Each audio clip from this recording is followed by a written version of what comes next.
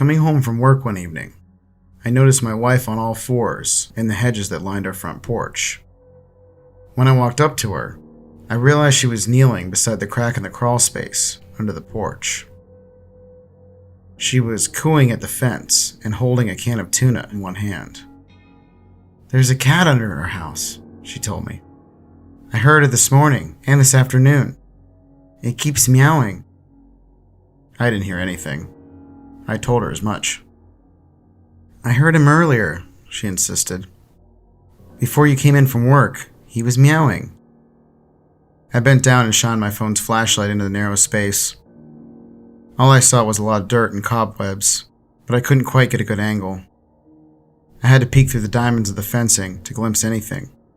It surprised me how well our shrubs limited the sunlight in such an open space. It was practically pitch black unless I shined a light. Though I couldn't see the cat, I didn't deny it was possible one crawled under our house. The lattice fencing that bordered our crawl space that had been cracked forever. My nephew came over and drove one of those battery-powered cars into it a few summers ago, and I'd never gotten around to fixing it. The bushes did a good job of covering the damage. My concern was that the thing under the porch might not be a cat at all, but a raccoon or some other pest. My wife stayed out for a bit longer, but the cat never came. She left the can of tuna just inside the crawl space in case the cat would come later. After work the next day, I pushed the fence forward to check on the tuna can. I found it empty, right where my wife had left it. I still didn't hear anything, but I tried to take another look. I can't say if my crawl space was unusual. Spiders multiplied in abundance down there, and I think I could glimpse the dirty remnants of a rusty hammer that must have been forgotten by the foundation a few years back. I've never been in my own crawl space, never checked it before this, but I heard my wife pull into the driveway, climb up our first 3 steps of the porch, stop and climb back down. I thought she maybe went to check the can and would come right back up, but 15 minutes passed and she still didn't come inside.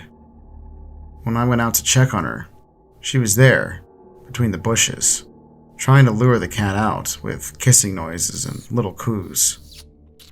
When she saw me, she smiled. "Where do we keep the tools, honey?" she asked me. I vaguely recalled them coated in dust under the sink. I was never really handy or interested in learning how to be, to my father's chagrin. But I had an idea of what my wife was going to propose, and I didn't like it. Instead of telling her, I asked, "Why?" "What if she's trapped down there?" she asked. "We could just cut through this little piece of fencing and then she could come back out." The dollar signs for the damages came to my head first.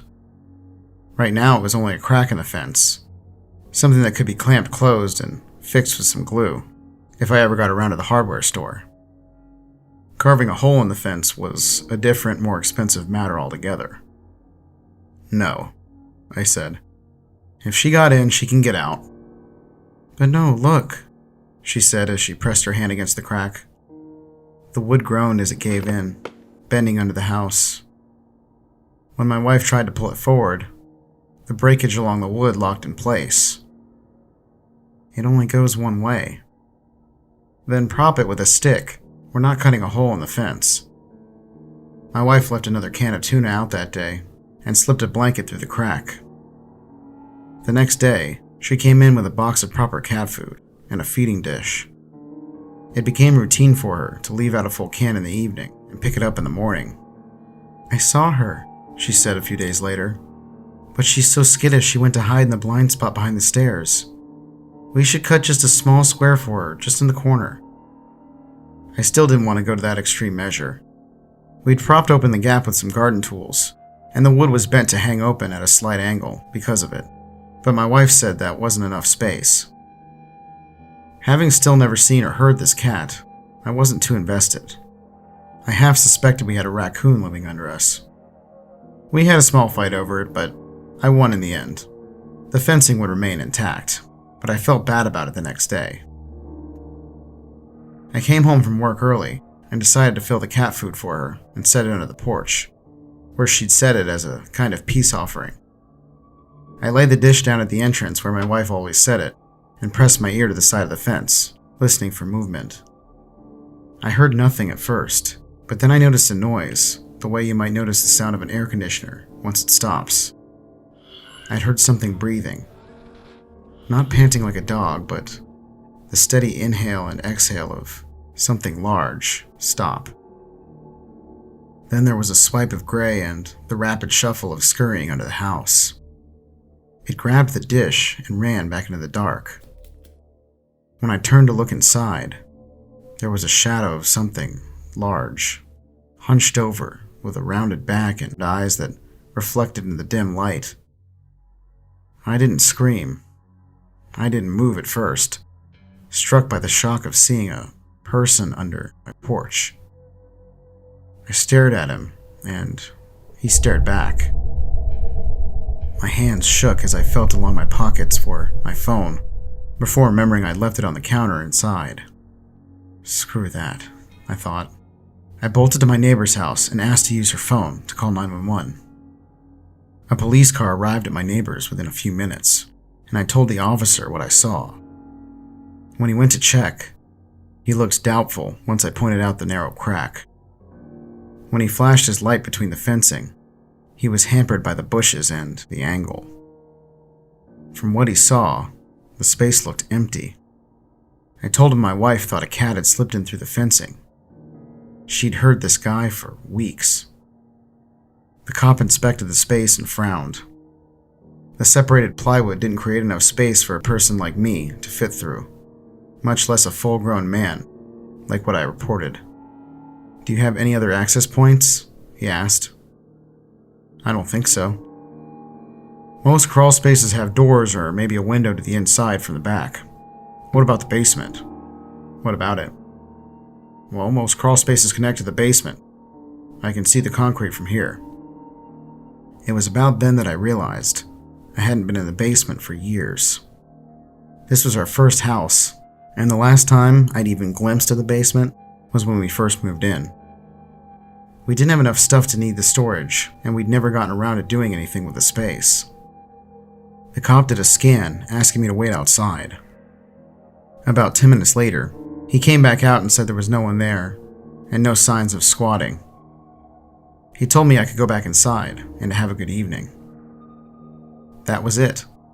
He'd given me the rubber stamp of approval and drove away, leaving me to face my house. He missed something, I was sure. Something under my house. How well did he really search in 10 minutes? I can't find my phone in 10 minutes. There could be a part of the basement he missed. Or maybe the thing went to hide somewhere else in the house. Or there were parts of the house I didn't know about. Another access point he missed. I stared at my home, taking it in like a stranger, noting the angle of the roof and counting the windows. So many windows. The one by the kitchen is jammed open. There's a hanging garden support that leads right up to the second story. The roof isn't steep. Anyone could walk on it comfortably. All it took was a scare, and the sturdy walls I used to take comfort in became a trap. Then I heard the meowing. It came from the crawl space. My chest tightened and I almost turned and ran back to my neighbor. Instead, I brought my phone and started recording a video. I gingerly crouched down by the shrubs, and the meowing kept on. Clearer this time, like the cat was only a few feet away. I shined the light inside, and like every other time, there was nothing. I angled the camera, angled the light to the corner where I last saw it. The damn cat meowed again, from that blind spot just behind the stairs. Then, this funny idea came into my head. I had a camera. It could see for me. Why not stick my arm in a little further? Get the footage for the cop to actually do something. My hand was too big for the diamonds between the lattice fencing, so I'd have to use the gap, push it open and stick my hand through. I was on my stomach, about to press my whole shoulder against the gap to get a little more distance when I sobered up to exactly how stupid I was being. I can't say if it was the stress or even if it was my idea, I just know that I would never have done that, knowing something big was in there. I gave up. Screw that cat. Lacking any idea of what to do next, I called my mother. She lived 2 towns over, but anything was better than sleeping in the house. I sat in the lawn and waited for my wife to come home. When she did, the damn thing started meowing again. I was on my feet the moment she pulled into the driveway. I tried to tell her not to park and that we were just going, but she climbed out. Confused by my rush word vomit of the situation, she looked over my shoulder and shrieked, "Honey, the cat! She..." She didn't finish. She dropped her bag and ran for the crawlspace. I realized as she pushed past me, it was a cry of delight. My heart dropped and I ran to her, grabbing her arm and basically wrestling her away from the hedges. I tried to explain as I pulled, but for some reason, she didn't read my tone of voice, didn't hear the desperation, didn't hear me screaming that it wasn't a cat under the house. All she recognized was that I was pulling her by force. I wasn't hurting her, and that gave her more reason to fight against me. I could even feel her gaining when she tried to pull away, and she'd win this struggle on sheer will. I let go, holding my arms up and waiting for things to quiet down. And here's where I know something was wrong with her. If the woman in front of me had been completely my wife, she would have chewed me through about how I grabbed her, cat long forgotten. Instead, she turned away and said, "I'm just gonna go see." She said it so pleasantly, as if she hadn't been screaming at the top of her lungs for me to let her go a second before. I tried to pull her again, but she slipped out of my grip. She practically ran into the fence. When she leaned against it, it was like she slipped through, like the tough wooden siding was rubber. I don't know how, but she made it through before I could touch her. I slammed into the fencing, hearing the wood groan, but refused to splinter or give in. I reached in, trying to grab her leg. My fingers brushed the back of her shoe against the ridges of her flat. She didn't kick me off, but she crawled away. I could hear her shuffling, hear her singing in the shadows that made the afternoon seem pure black. And I heard the cat. I thought of that man, hunched over in the corner, with glinting eyes, reaching its arms around my wife. I needed to stop it. I leaned back and kicked the fencing, trying to make it give just another inch. Just a sliver for me to slip through. Something cracked. The fencing pushed back further on my next kick, and I had an opening. I scurried in there with no plan, no idea what I'd do. The moment I passed through the fencing, the dark nearly blinded me, and a terrible chill from the cold dirt and the shadowy space ran through me. I pawed around blindly, calling her name, shaking so hard I couldn't even speak without stuttering. My eyes adjusted soon, allowing me to distinguish textures and shapes with what little light I had. I scanned for any sign of her, feeling like every breath, every failed second was another where I'd lost her forever. Then I heard my wife gasp. She giggled and there was a victorious little thrill in her voice. "There you are." Her voice came from my left. I called her name and started crawling toward the blur, large enough to be a person. I reached forward and I found it again, the rubber sole of her shoe. Just as I did, I looked up a bit, and in the dim light, there was the glint of big yellow eyes. There was a crunch, like a branch snapping in half. My wife made a scream I'd never heard before, not a foot in front of me. This was not the sort of scream that I'd heard when she found a spider in the bathroom, and not one I'd heard when I'd proposed. It was animalistic and raw, and told me that I'd failed. The rubber sole of her shoe was yanked away, like her foot was tugged out of my hand. I fell into the dirt, and when I crawled forward, my hand slipped on the hot mud. I scrambled, trying to find her again, hand in front of me, pawing at the darkness, until I hit the fencing on the other side. Then the silence hit me, and I had a terrible thought that I might be alone. Shakily, I reached for my phone and turned on my flashlight. All around me was the crawlspace I'd peered into before. Just a low ceiling beam covered in cobwebs, packed with dirt. Nothing to see except for the mud, gray and almost textureless in the far light. But as I came closer, the color sinking into the dirt was red and thick. Blood on the ground. Blood on my hands. I called my neighbor, I called the cops, I called my parents. I called everyone, and all from down in that crawl space. They had to drag me out and stop me from digging. I was brought to the police station to make a missing persons report at the end of the day. I was sent to a psychiatrist to discuss my delusions. Then I was brought to my mother's to spend a few weeks there. I wasn't arrested, though. I was brought in for questioning a few times regarding my wife's disappearance.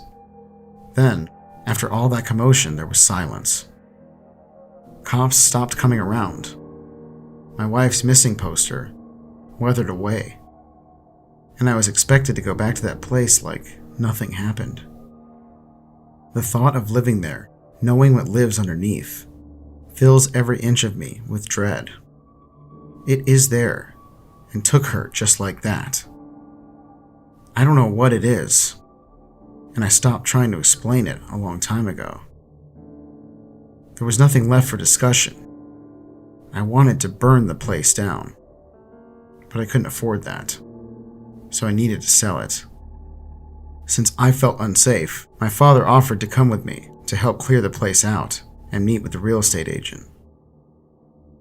I didn't even want to go, but I knew I couldn't let anyone in there who didn't know what I knew. So the day came and went, and I didn't put the house up for sale, nor do I intend to. You see, the thing is, when we first started climbing up the steps, I could hear my wife crying. I can still hear her on occasion, humming, talking, going about her day. Sometimes if I sit on the porch and close my eyes, I can almost make out what she's saying. And it's like she's right next to me, just a little muffled. She's clearer when I'm crouched by the fencing.